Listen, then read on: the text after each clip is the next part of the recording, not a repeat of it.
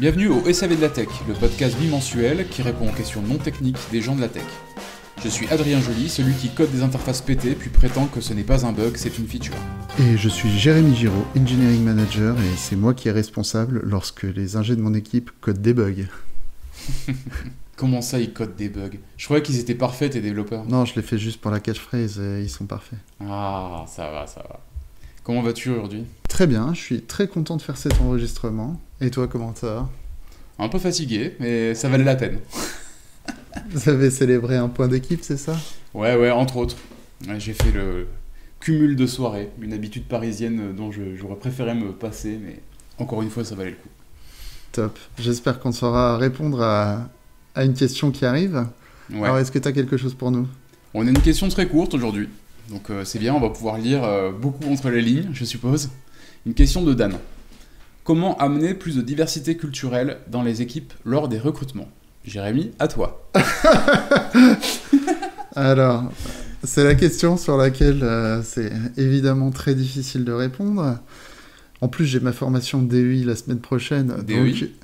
Donc, Diversity, Equity, Inclusion, c'est formation inclusivité. Donc, évidemment, je suis pas accrédité pour répondre à cette question. On va devoir le faire en mode improvisation. Non, c'est pas évident, mais c'est un sujet à la mode. Donc, ce qui est rigolo, c'est que dans la question, la personne, donc Dan, nous parle de diversité culturelle. Et pas forcément de diversité, il n'y a pas que la culture en fait, parce que on peut parler de diversité homme-femme, on peut supposer que ça prend en compte tous ces aspects-là. Ça fait longtemps que j'ai pas été mobilisé sur du recrutement, j'ai fait quelques entretiens d'embauche récemment, j'en ai fait plus quand j'étais CTO, et c'est vrai que c'est vraiment difficile parce que c'était déjà vraiment difficile de recruter des gens dans la tech, mais alors recruter des gens qui ne sont pas de ton réseau, que tu ne connais pas, entre guillemets, c'est encore plus difficile parce que ce que tu vas rechercher en premier, c'est dans ton réseau, aller voir tes amis, les amis de tes amis, etc. Et donc des gens qui te ressemblent. C'est un peu des gens qui te ressemblent. C'est pas forcément et nécessairement vrai. Tu peux avoir comme amis des gens qui te ressemblent pas forcément, mais avec qui tu t'entends. Je vais commencer avec une opinion non populaire. C'est risqué ce que je fais, mais je pense que c'est un sujet qui est important, la diversité. Comme tu disais, on en parle beaucoup aujourd'hui dans les conférences, etc. Et c'est bien qu'on en parle, c'est hyper important. Je pense qu'il faut se poser la question de pourquoi tu veux de la diversité et est-ce que tu veux vraiment de la diversité. Je donne un exemple. Tu veux créer une start-up. Tu cherches un cofondateur ou une cofondatrice. Est-ce que c'est hyper important que ton cofondateur ou cofondatrice soit différent de toi culturellement, tu vois? J'aurais tendance à penser que pour cette première étape, toute petite équipe où il faut aller très vite, etc., tu seras plus en confort avec quelqu'un qui te ressemble beaucoup. Et donc, pas optimisé pour la diversité. En revanche, là où la diversité, ça va être super important, c'est quand la boîte va grossir et que tu fais un produit qui va s'adresser à des humains, quelle que soit leur culture, quel que soit leur genre, quelle que soit leur préférence sexuelle. Et là, ça devient vraiment crucial qu'il y ait cette diversité dans la construction du produit, puisque ce produit va s'adresser à une diversité. Donc en gros, il faut que l'ADN de ta boîte ressemble à l'ADN de tes clients, en fait. Ouais. Mais voilà, la partie qui est un peu, à mon avis, discutable et délicate, c'est de dire, je suis pas sûr que la diversité soit nécessaire à tous les moments de la boîte. Ouais. En tout cas, la parenthèse étant faite, supposons qu'il soit un moment où c'est important, ils ont vraiment besoin de cette diversité, où ils ont envie en tout cas de la cultiver, et dans ce cas-là, ça c'est top. Comment on fait? Le premier élément de réponse que je pourrais sûrement apporter, c'est qu'il faut changer nos habitudes de comment on s'y prend pour recruter. Potentiellement, les habitudes qu'on a, elles sont liées à comment nous, par exemple, moi je suis un homme blanc, en tant qu'homme blanc, j'ai l'habitude d'aller sur LinkedIn voir des jobs, aller à des meet-up le soir, boire des bières avec les copains et les copines. Et donc, je suis inscrit dans une certaine culture. Et donc, je suis assez peu confronté à d'autres cultures. Donc, pour moi, c'est la solution facilitée de parler de job sur LinkedIn et à ces soirées meet-up. Parce que c'est là où les gens comme moi, j'imagine, on pourrait dire, se retrouvent. Donc, ce qui n'est pas évident, c'est qu'il faut trouver où est-ce que les gens qui ne sont pas comme moi, qui ont une culture différente, se retrouvent. Ouais. Et donc, il faut faire un travail de recherche, je suppose. Ouais. Ou alors, il faut avoir la chance d'avoir déjà quelqu'un dans son équipe qui a une culture différente et qui potentiellement a une idée de où est-ce qu'on trouve des personnes, comment on les approche pour pouvoir aller chercher où elles se trouvent, quoi. Ouais. Bah après ça, le sourcing, c'est vraiment quelque chose qui est le travail d'un professionnel. Il y a des professionnels qui savent faire ça, qui vont dans les endroits ou dans les conférences ou même dans des meet-up qui sont un peu plus dédiés. Et c'est dommage parce que j'ai un ami qui travaille dans ce domaine-là, qui est passé de dev à recruteur, et il faudrait vraiment que je lui pose la question à ce niveau-là parce qu'il saurait mieux le dire que moi. Mais ce que j'entends de ta part, c'est que il faut un peu ouvrir ses écoutilles et puis on va essayer de s'ouvrir à des choses différentes. Et je pense que c'est important, et c'est à tous les niveaux. Et au niveau de la culture de la boîte, c'est important aussi, je pense, parce que si tu as une culture très stricte, genre tu fais la même chose tous les midis, je pense à l'épisode qu'on a fait il n'y a pas si longtemps que ça sur le fait de regarder le JT, bah, faut que ta culture elle puisse s'ouvrir à des personnes qui ont des cultures différentes. Ouais. Et qu'elles soient compatibles, qu'elles soient pas toxiques vis-à-vis d'autres cultures, par exemple. Exactement, tu vois, j'ai dû organiser des événements dans la boîte dans laquelle je suis, qui est un peu plus grande actuellement, donc qui ont des personnes qui ont une plus grande diversité culturelle, et du coup ça nécessite de prendre en compte beaucoup plus de choses, que ce soit sur ce que tu vas manger, parce que tout le monde ne mange pas la même chose, ça peut être vegan, végétarien, allergie alimentaire ou je sais pas quoi, par conviction, par maladie, par culte, par préférence, enfin il y a toutes sortes de choses, donc il y a toute la culture en fait de l'entreprise au jour le jour qui est important à s'adapter, à prendre en compte et à pouvoir avoir de la souplesse là-dessus. Et je pense aussi, dans le pipeline de recrutement, la manière dont tu vas conduire les entretiens, j'ai remarqué qu'il y avait certaines choses qui étaient un peu standardisées. Donc un entretien technique, un quiz à répondre à la maison, je sais pas, mais ça peut être... Ouais, les étapes, quoi. Ouais, je pense que c'est important de s'adapter aussi à la personne. Donc on a des trucs assez standardisés, mais standardisés pour qui ? Pour des gens comme nous, ça paraît évident, mais pour d'autres, passer par ces étapes-là, c'est peut-être pas forcément évident. Donc je pense que c'est important de bien expliquer aussi aux gens pourquoi on fait ça, quelles sont les attentes vis-à-vis de chaque étape de recrutement qu'on va faire passer. Ouais. Et d'avoir un peu de flexibilité. Et d'avoir potentiellement de la flexibilité, si c'est pas possible pour la personne, je sais pas, mettons, si tu as un devoir à faire à la maison, bah, c'est pas toujours facile de s'organiser. Mettons, si tu as un enfant, tu dois t'occuper de lui, bah, ça va pas être forcément facile d'avoir une demi-journée ou même 2-3 heures où tu vas devoir t'occuper d'un truc parce que tu vas devoir faire garder ton enfant ou je sais pas quoi. Enfin, moi j'y pense parce que c'est quelque chose qui s'est présenté dans ma situation. Ouais, il faut penser à ce genre de choses quand tu les demandes et peut-être présenter des alternatives ou voilà quoi. Ouais. Je pense aussi à la manière dont les offres de postes sont présentées. Ouais.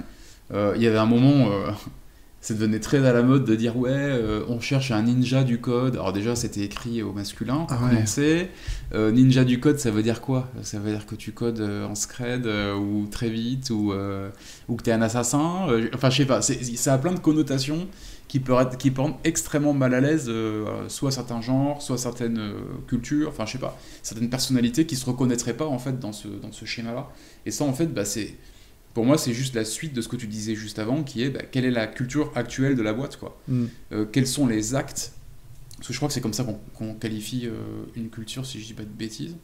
C'est en gros qu'est-ce que tu fais comme action qui trahit en fait tes croyances et ou qui matérialise tes croyances et tes façons de faire.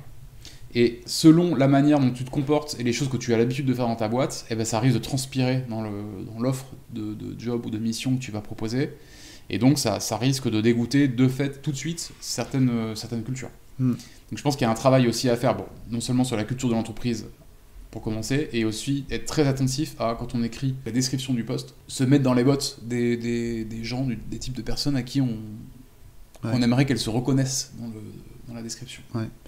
Je suis d'accord, et je pense que un recrutement c'est comme une rencontre, et Je pense que c'est important pour la boîte d'exposer les deux côtés, ce que tu attends et ce que tu offres aussi, et que ce soit équilibré pour tous les types de personnes. Mais si tu présentes des offres où tu as besoin d'une rockstar, d'un ninja, ça va mettre un niveau de pression que certaines personnes vont pas vouloir. Alors effectivement, il y a des gens qui sont très ambitieux et qui vont accrocher à ce genre de choses, mais tout le monde n'est pas nécessairement ambitieux. Il y a des gens qui veulent satisfaire les besoins de leur famille, il y a des gens qui veulent, qui ont d'autres ambitions en fait, simplement.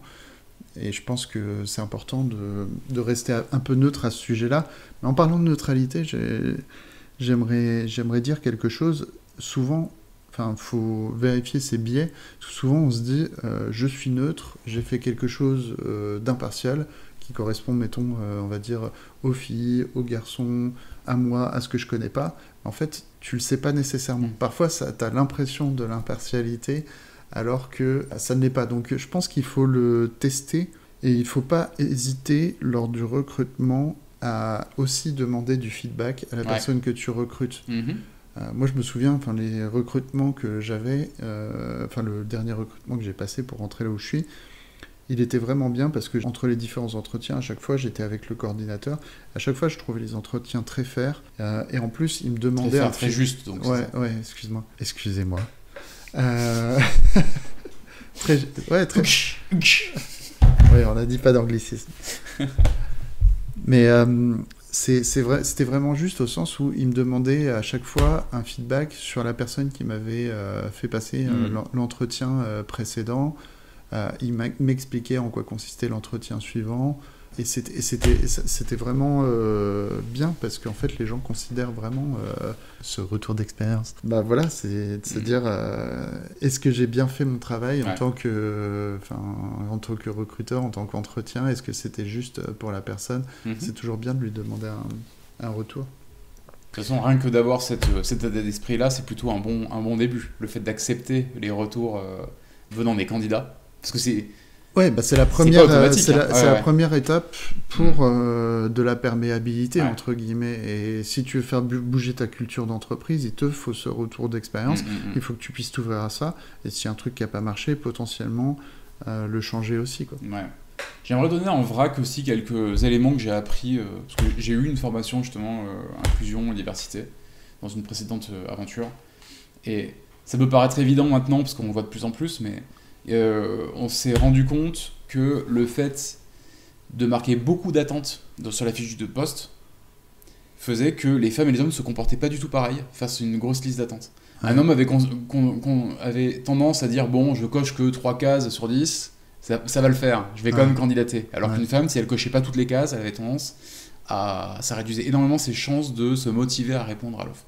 Donc maintenant, beaucoup d'employeurs font très très attention à indiquer en gros, on a mis tous ces éléments, mais vous n'avez pas besoin de savoir faire tout ça. C'est candidater quand même et on verra. Rien que le fait de préciser ça, déjà, ça peut aider à ouvrir un petit peu les possibilités pour avoir de la diversité. Il y a un autre exemple que je voulais donner aussi. C'est si tu dis sur ta fiche de job, c'est cool, tous les jeudis soirs on fait un apéro, machin. Potentiellement, ça peut être un no-go pour certaines personnes qui soit sont par exemple sont parentes et du coup le soir c'est juste pas possible quoi, ou soit c'est des gens qui vont pas qui consomment pas d'alcool et qui du coup vont être mal à l'aise de se retrouver avec des gens qui boivent de l'alcool parce que généralement apéro c'est rarement apéro sans alcool, et donc tout ça peut paraître être des avantages pour certaines personnes et en vrai ça peut repousser d'autres personnes. Donc ça peut nuire à la diversité que tu veux apporter dans ta boîte que de proposer ce genre de avantage entre guillemets. Oui, c'est très important, la fiche de poste et la manière dont on présente les choses, je te rejoins, c'est super important. C'est pour ça que je disais, c'est quand même important de vérifier sur la fiche quels sont tes besoins, quelles sont les choses qui sont essentielles et ce que tu offres aussi, et de revérifier à chaque fois cette liste de besoins et cette liste d'offres pour que ce soit en adéquation avec quelque chose qui permet de recruter des gens qui viennent d'horizons divers. Donc je suis d'accord avec toi. Au-delà de simplement, si vous n'avez pas tout, candidater quand même, de restreindre la liste aux éléments essentiels et vérifier que lors de ton onboarding, tu es capable d'intégrer n'importe qui. Si la personne, elle maîtrise pas le langage, est-ce que tu recrutes une personne qui a besoin de connaître le langage, mettons, ou est-ce que tu recherches quelqu'un qui est suffisamment intelligent, ouvert pour que il puisse s'accrocher à n'importe quel langage impératif et que tu vas le former. Déjà la promesse de dire ok, on te prend parce que tu as l'air bon sur ce que tu fais et on sait que tu vas t'acclimater avec l'équipe et nous on va t'apprendre à coder dans ce langage-là et on va t'offrir cette nouvelle perspective. C'est quand même, moi je trouve que c'est assez positif plutôt que de dire on veut un ninja de Rust ou je sais pas quoi, tu vois. Je voulais rebondir sur un truc que tu as dit plus tôt. Tu disais, après avoir écrit sa fiche de job, il faut la tester. Je crois que tu as utilisé ce mot-là. Ouais. Comment on fait pour tester, s'assurer que l'offre de poste, elle est compatible avec la soumettre à d'autres personnes déjà, je sais pas, demander des retours d'expérience d'autres personnes. Je l'ai vu sur des Slack communautaires, etc. Je poste ma fiche de poste, qu'est-ce que vous en pensez, et puis prendre en compte les feedbacks des autres. Il y a des experts aussi dans ce domaine-là, des recruteurs. Moi j'ai vu des personnes sur les réseaux qui fournissaient leurs services pour essayer de cadrer un petit peu ça aussi, tu vois. Donc je les inviterais à faire appel à des professionnels s'ils ne savent pas comment faire les choses, ou en tout cas, je pense que quoi qu'il en soit, le feedback c'est le plus important. Bon, après faut vérifier, hein, ça fait pas tout, c'est-à-dire que si tu écoutes tout le monde tout le temps, tu vas rien faire non plus. T'écris plus rien dans ta fiche de poste. Faut aussi accepter certains des biais qu'on a et de culture où sur certaines choses tu vas pas pouvoir bouger. Et par contre, sur tout le reste, tu vas pouvoir être flexible. Donc, il faut se connaître soi-même. Tu me fais penser à un truc en parlant de biais, ça aussi quelque chose que j'ai appris en formation de diversité. Chose hyper importante, on a tous des biais. Y compris les personnes qui vont être, racisées ou qui sont des minorités culturelles. Elles souffrent des mêmes biais que les autres. Et un moyen d'éviter les biais pendant le recrutement, c'est de prévoir à l'avance la grille pour jauger à quel point tu veux recruter cette personne. Parce que si tu le fais pas, en fait, tu vas avoir un sentiment au feeling de est-ce que cette personne, je la sens bien, est-ce que je me vois bosser avec ? Et si elle est différente de toi, il y a plus de chances que ton feeling il soit bas. Alors que si tu as mis des cases qui disent, en gros, est-ce que je peux lui faire confiance, que cette personne sera en mesure, par exemple, d'écrire du code de telle qualité ? Oui, non. Tu vois ? Est-ce que cette personne, on va pouvoir lui faire s'appuyer sur elle ? Est-ce qu'elle va réussir à travailler avec l'équipe ? Tu poses des questions qui sont très claires et très explicites et très concrètes. Et en fait, le fait de répondre à des questions comme ça, après avoir donné l'entretien, ça te permet de te sortir de tes biais et de juste répondre à la question. Je te rejoins, là où je suis actuellement, il y a vraiment un panel sur chaque recrutement, donc ça peut être 5 personnes qui débriefent sur chaque entretien. Et il y a toute une fiche très précise et tu dois prendre des notes parce que tu es obligé de... Tu peux pas donner un retour... on va dire, basé sur mon feeling, c'est ceci ou cela. Il faut que tu envoies des signaux très clairs qui sont étayés par des choses spécifiques qui se sont produites par l'entretien. Tu vas dire, il a fait ça, pour moi c'est un signal qu'il y a ceci ou cela, que ça c'est positif ou que ça c'est négatif. Donc essayer toujours de rejoindre des choses qui se sont passées dans l'entretien après, pour essayer de rendre les choses un petit peu plus factuelles. Oui, parler des faits plutôt que des ressentis en fait. Encore une fois, la neutralité c'est toujours quelque chose de... C'est sûr. Mais bon, quand il y a une discussion en plusieurs, ça peut s'ajuster. Je pense qu'on a abordé pas mal de pistes. Est-ce qu'on peut peut-être s'arrêter là ? J'espère que, Dan, ce sera utile les pistes qu'on t'a apportées, qu'on a essayé de t'apporter pendant cet épisode. N'hésite pas à nous dire comment est-ce que la situation a évolué pour toi, qu'est-ce qui a marché, qu'est-ce qui n'a pas marché. On serait ravis d'avoir tes nouvelles par mail ou même peut-être via une prochaine question que tu viendrais soumettre pour le podcast. Et pour les gens qui nous écoutent, n'hésitez pas à nous dire si vous êtes confronté au recrutement, si vous posez des entretiens, si vous avez eu des bonnes ou des mauvaises expériences. Je serais ravi de le savoir parce que c'est vraiment quelque chose de pas facile. C'est super établi chez nous, mais n'hésitez pas à nous envoyer un petit message pour dire comment ça se passe chez vous et si vous avez une équipe diverse ou pas du tout, si vous le voudriez ou pas du tout. Ouais, et si c'est un problème ou pas d'ailleurs. Ouais. Ça m'intéresserait vraiment de savoir. Et voilà. Donc, si vous voulez nous poser d'autres questions, vous pouvez nous envoyer vos questions sur le formulaire qui est sur notre site lesav.tech et on sera ravis d'y répondre lors des prochains épisodes. Sur ce site, vous retrouverez également les ressources et les liens qu'on mentionne pendant les épisodes.